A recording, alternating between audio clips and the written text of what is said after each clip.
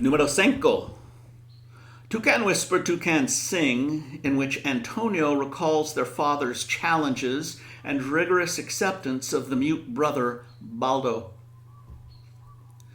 Baldo was young enough at their father's funeral, but neither cried nor whimpered. Some doubt his grasp on the meaning of loss. Some doubt his grasp on any meaning. Some doubt that he's ever uttered a sound, but Antonio knows better. Baldo knows right from wrong and wants to fit in as long as it fits with what he knows. He speaks with a nod or a gaze, a skewed glance or a sudden turn. He looked up to Antonio at their father's funeral and emitted a tiny, fearful croak like that of a fledgling bird teetering on the edge of the nest. Looking down at life's reward, Antonio put an arm around his little orphan brother for assurance. They would make do. They have done, thanks to Antonio, who tends to their needs and translates as necessary for his brother, who needs help in seeing how things fit. Baldo makes another sound as well. It was first heard years ago on the night after their father brought home a gift of a tiny bird on the cusp of fledging, floppy and downy as any nestling. It suffered further disadvantage from too much beak. How could such a bird ever fly if it could hardly lift its head? Gustavo Garza picked it up from the ground where it had lolled and squawked by the fallen tree where its nest had been. The tree and thousands more had to go so development could proceed with a roadway. With a roadway, the world could arrive. The roadway should have been built sooner with so much beauty for tourists here at hand, including the weather, the water, and languorous sandy beaches.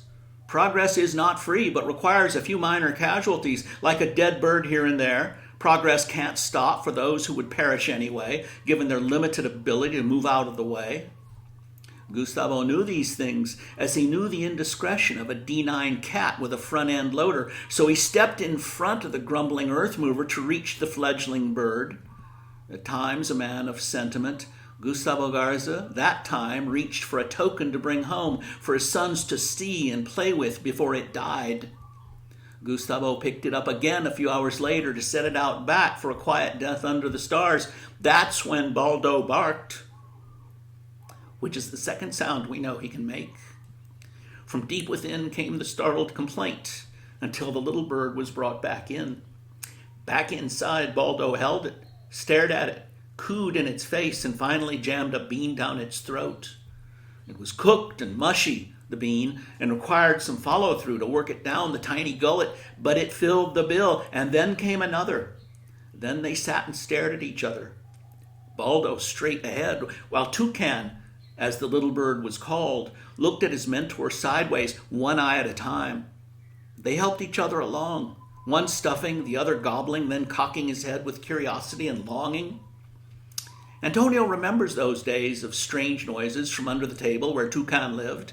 He laughed along with his father, neither knowing which fledgling made this noise or that. Baldo was a child then, Antonio was hardly more, yet their father spoke to the elder as the repository of a father's teaching and a father's responsibility. Hardly loquacious as his elder son, Gustavo crooked a weary finger at Antonio and nodded sanguinely. "Your brother is different," he said, which of course any boy of 12 could plainly see. Partial to his children, Gustavo spared the mute boy a quirky profile, but viewed him as more and less. As a working man on intimate terms with the daily vicissitudes of food and shelter, Gustavo surrendered now and then to sentiment, but not to gloss. He leaned in and said, "He knows things. I cannot tell you what he knows. I see things myself and don't know what they are. I sense things but don't know what to make of them. Baldo, your brother, knows things that you and I cannot know. He knows."